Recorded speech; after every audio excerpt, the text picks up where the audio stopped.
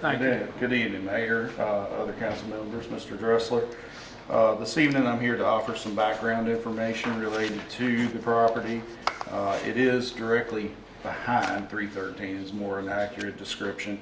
It is addressed as 320 East Pine Street, and there's directly adjacent property that is vacant that is attached to it on the east side of that property, so toward Alleghany Avenue. As you mentioned before, it's lots 6 and 7, block 146, section 14. Our future land use map has that area identified as a transitional mixed-use area. So a mixture of commercial and residential uses leading forward in the next 25 years is what our comp plan identifies. Planning Commission did recommend approval on their meeting at 8/13 with 3 conditions following with, which are included in the ordinance, and I'm going to read those to you. Condition number 1, use of the property shall be restricted to only those uses listed in the rezoning application and associated submitted documents. 2, if the use of the property ceases for a period of more than 2 years, the property zoning shall revert to a C1 zoning. And that was intended to give more protection to unintended uses available in C2 later on down the road. And 3, the property will be combined into one lot. So through the process and their construction that they're proposing, which is all interior construction, no exterior changes, maybe cosmetic, but those are just normal things that are done day to day without permit issuance. The whole property would become one property, and the zoning with the conditions would apply to the entire parcel at that point. And so the intention was, through discussions with them, I had concerns about across the board C2 zoning. There's some uses allowed in C2 that are less compatible for residential districts, though their operations will be much the way they're going to do it today, which I'll let Ms. Barber speak to after I'm done.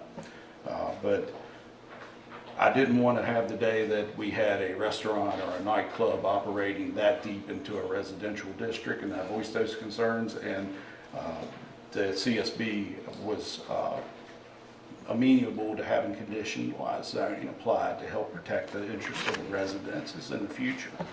So that's where the conditions came about in this process, and I'm happy to speak to any questions you have related to the land use or the comp plan as it relates to this. If we have questions, we can come back around to him, can't we? I've got one right off the top. Okay.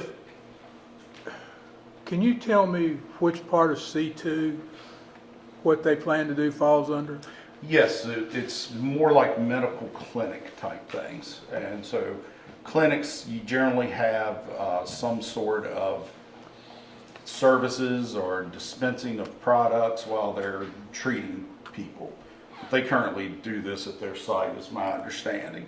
And so they're just trying to utilize the existing building space that they've owned for a period of 17 years that's been zoned residential and combine it into their existing operation, basically.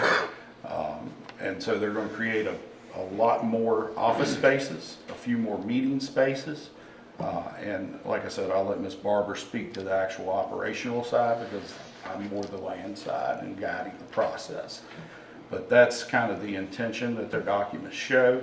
I do have a complete submittal set here if any of you all need to review that. It has a ton of construction related documents. You could look at that and see the floor plans and elevations to the exterior of the building reflect exactly what's there today, no changes. I do have a question, and you may have already addressed this. There's a little confusion on my part, and I think in the community. Somehow, they're not doing it. Y'all not doing it overnight. No, it's not in anywhere. Okay. Somehow that confusion was put out there, and I wanted to make sure that that wasn't. If that was a thing or wasn't a thing. Yeah, that's not a use that's listed in their applications for this location. That's not there. And it's not a use that's listed in C2? No, it's not. Okay. Okay. With that, if you have more questions, I'm happy to answer those at any point, but I'll turn it over to Ms. Barber to speak about the operational side. So you just hang around? Yeah. Don't go too far. Well, I can stand right behind her. That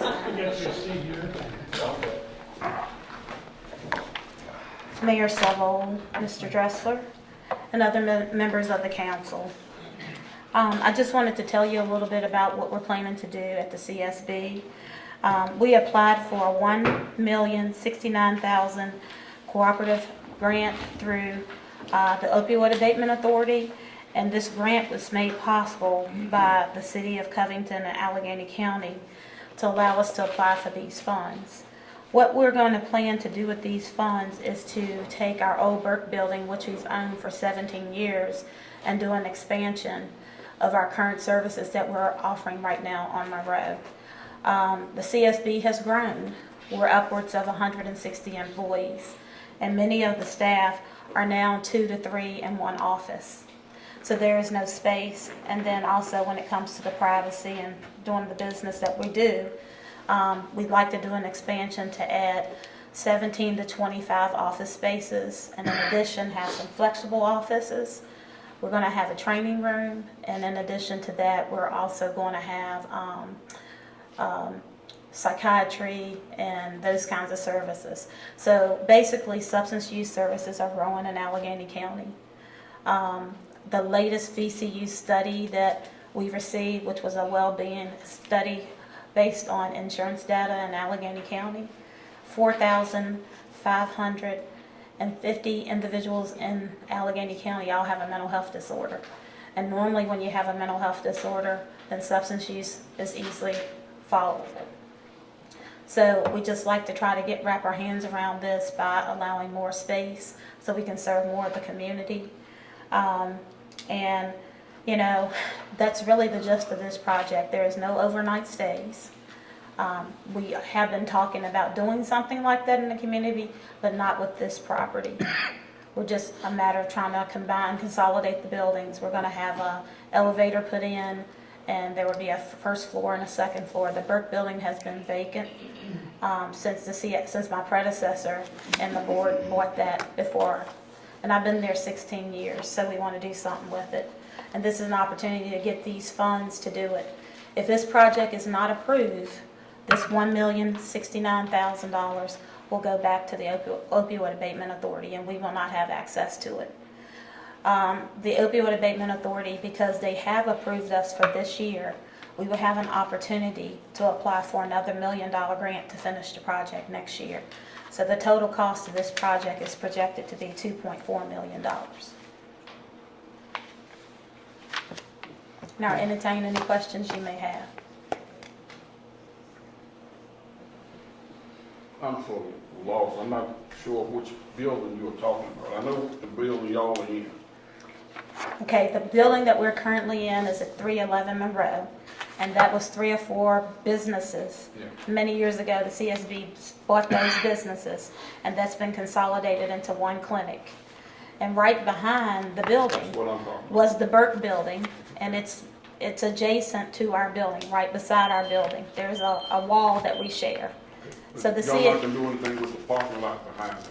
Well, I was under the impression that behind the building that we own, that was an alley, until we found out that we owned that property. So it is not an alley. So, so that is not, that lot behind the building belongs to the CSB. It is not an alleyway. People have been using it as an alleyway, but it is our lot.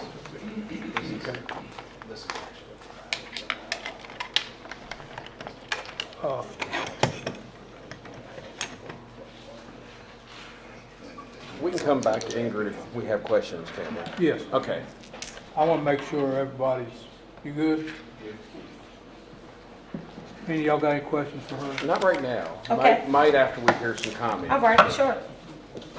And I just provided Mr. Hunter with a copy of a map that shows the actual 2 lots that we're considering tonight. You'll find those in your packets. I added them in prior to the meeting, but it's just an aerial photograph. The shading represents the 2 different zoning levels in the area. And so the C2 is the existing CSB property. The area drawn out into blue line is the two lots that you're considering tonight changed.